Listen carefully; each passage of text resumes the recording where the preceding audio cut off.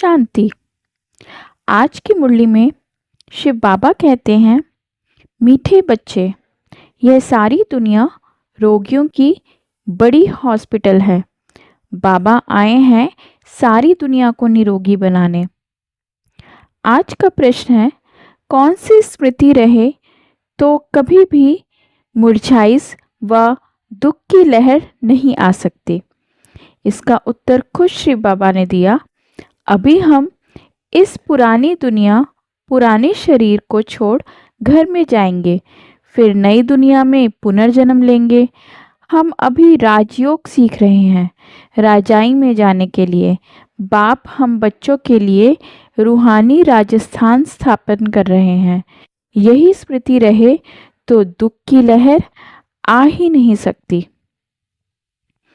बाप कहते हैं, नॉलेज तो बहुत सहज है, यह है पवित्र बनने की नॉलेज, मुक्ति, जीवन मुक्ति में जाने की नॉलेज, जो बाप ही दे सकते हैं। जब किसी को फांसी दी जाती है तो अंदर में यह रहता है, हम भगवान पास जाते हैं। फांसी देने वाले भी कहते हैं, गॉड को याद करो। गॉड को जानते दोनों नहीं है, उनको तो उस समय मित्र संबंधी आदि जाकर याद पड़ते हैं। गायन भी है, अंतकाल जो स्त्री सिमरे, कोई ना कोई याद जरूर करता रहता है। सत्ययुग में मोह जीत रहते हैं, वहाँ जानते हैं एक खाल छोड़ दूसरी ले लेंगे, वहाँ याद करने की दरकार नहीं होती। इसीलिए कहते हैं, दुख में सिमरन सब करे, सुख में करे ना कोई। यहाँ दुख है इसीलिए याद करते हैं भगवान से कुछ मिल जाए, वहाँ तो सब कुछ मिला ही हुआ है। तुम कह सकते हो, हमारा उद्देश्य है मनुष्य को आस्तिक बनाना, धनी बनाना। अभी सब निर्धन है। सुख, शांति, संपत्ति का वर्षा देने वाला बाप ही है।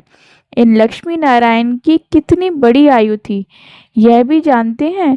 भारतवासियों की पहले पहले आयु बहुत बड़ी रहती थी, अब तो छोटी हो गई है। क्यों छोटी हुई है, यह कोई भी नहीं जानते। तुम्हारे लिए तो बहुत सहज हो गया है समझना और समझाना भी। सो जो भी नंबर 1 है, समझानी हर एक की अपनी अपनी है। जो जैसी धारणा करते हैं वे वैसा ही समझते हैं। धारणा के लिए मुख्य सार।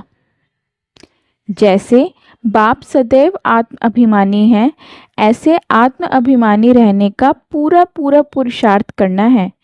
एक बाप को दिल से प्यार करते करते बाप के साथ घर चलना है। बेहद के बाप का पूरा पूरा रिगार्ड रखना है, अर्थात बाप के फरमान पर चलना है। बाप का पहला फरमान है, बच्चे अच्छी रीति पढ़कर पास हो जाओ। इस फरमान को पालन करना है। आज का वरदान, शक्तिशाली सेवा द्वारा निर्बल में बल भरने वाले सच्चे सेवाधारी भव। सच्चे सेवाधारी की वास्तविक विशेषता है निर्बल में बल भरने के निमित्त बनना। सेवा तो सभी करते हैं, लेकिन सफलता में जो अंतर दिखाई देता है उसका कारण है सेवा के साधनों में शक्ति की कमी। जैसे तलवार में अगर जौहर नहीं तो वह तलवार का काम नहीं करती, ऐसे ही सेवा के साधनों में यदि याद की शक्ति का जौहर नहीं तो सफलता नहीं मिलेगी। इसलिए शक्तिशाली सेवाधारी बनो।